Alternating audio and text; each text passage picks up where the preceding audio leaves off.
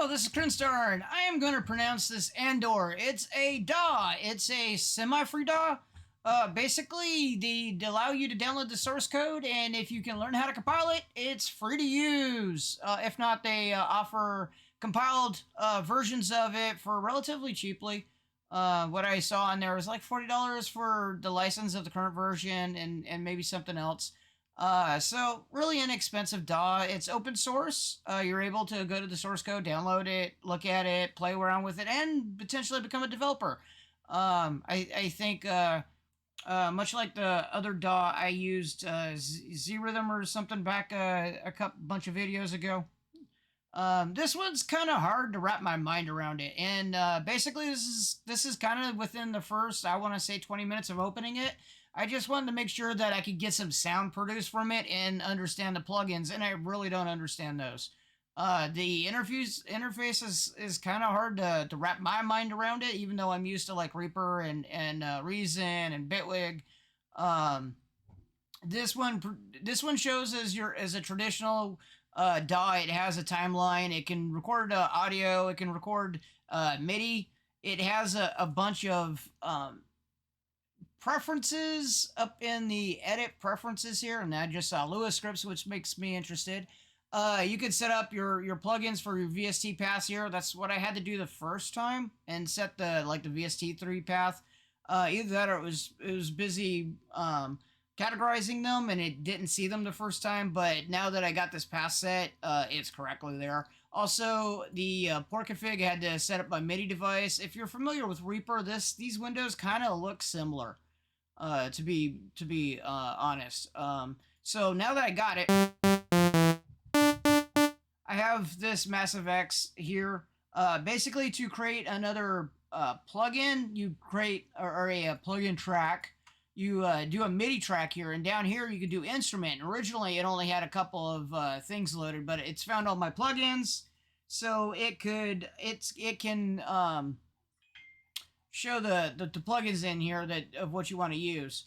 Also, you can select audio tracks, MIDI tracks, buses. It has a couple of different things, but kind of interested in MIDI, and you got the name. You can add multiple tracks. You can set them in a group. You can set pin mode, so if you have like 16 outputs on the device, like battery can, so that you can have different channels go to different areas.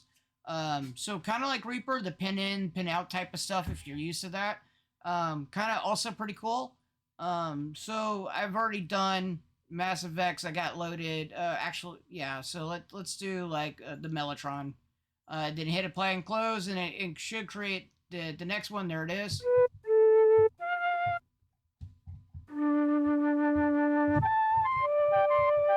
The only problem is I haven't figured out how to open up the interface for the plugin to change properties. Apparently, it has a automatic interface. It'll bring up is sort of its own type of parameters or own GUI for the plugins if it doesn't have one, or it might generate its own. But realistically, haven't figured out how to open it yet. So we can hit arm the record up here, and then hit play.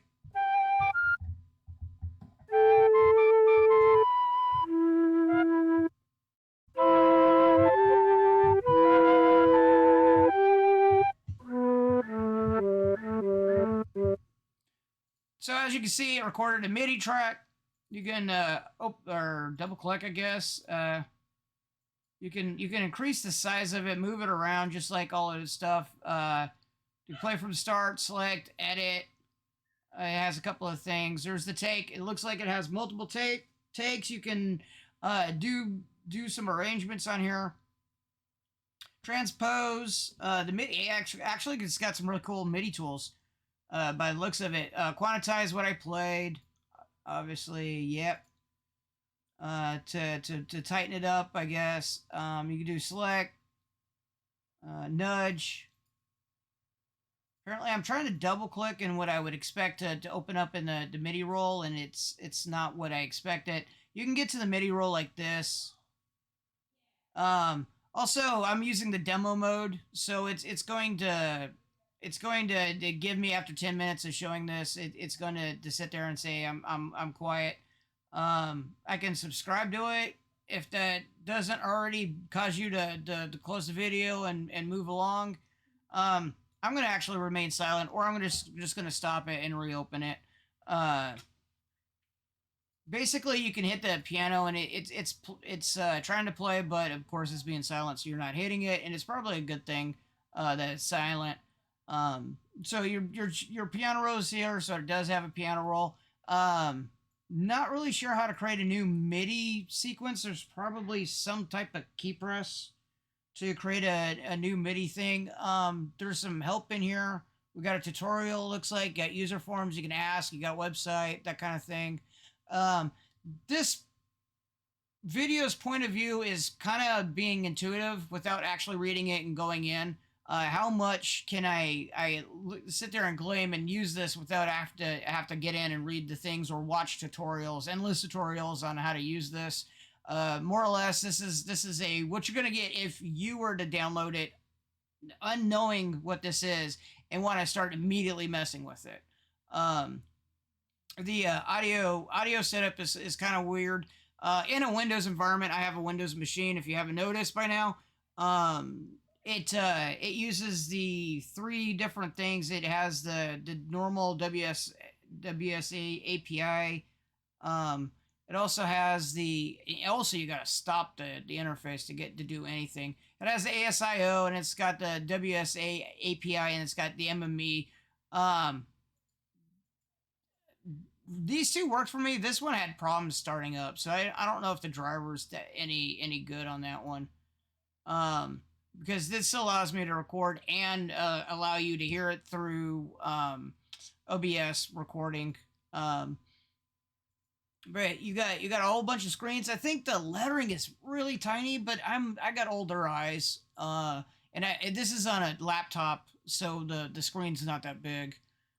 Even though my face is roughly about 6 inches away from the screen, it's still kind of tiny for me. Overall, really little for this type of thing. But I guarantee that what's going to happen is that you get used to it, and then you know all the key shortcuts, and you know where the things are, so you won't have to look at it that much after a while. It's got some very interesting things. Allows you, the Lewis scripts is really interesting. It's got a script manager.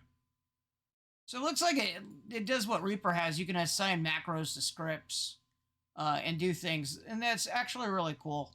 It'd be nice if Bitwig actually had that, to be honest. Not that I'd use it anymore, but more scriptability to Bitwig is always great.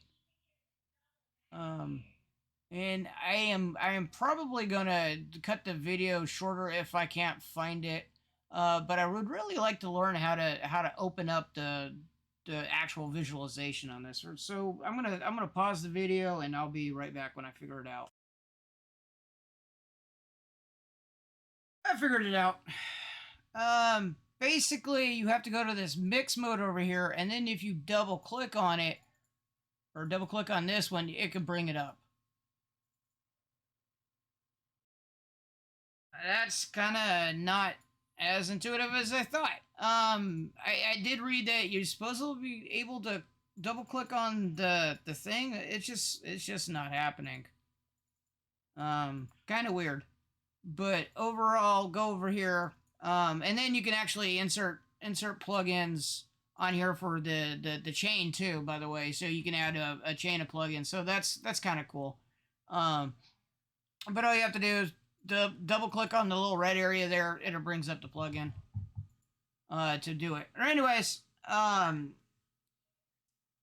of cool if you want to play around with another DAW and learn things. I'm okay with Bitwig. Bitwig's nice and intuitive. I had a little bit of issues, but at least I was able to get some sound. I think most of my issues was on the learning the modulation. But overall,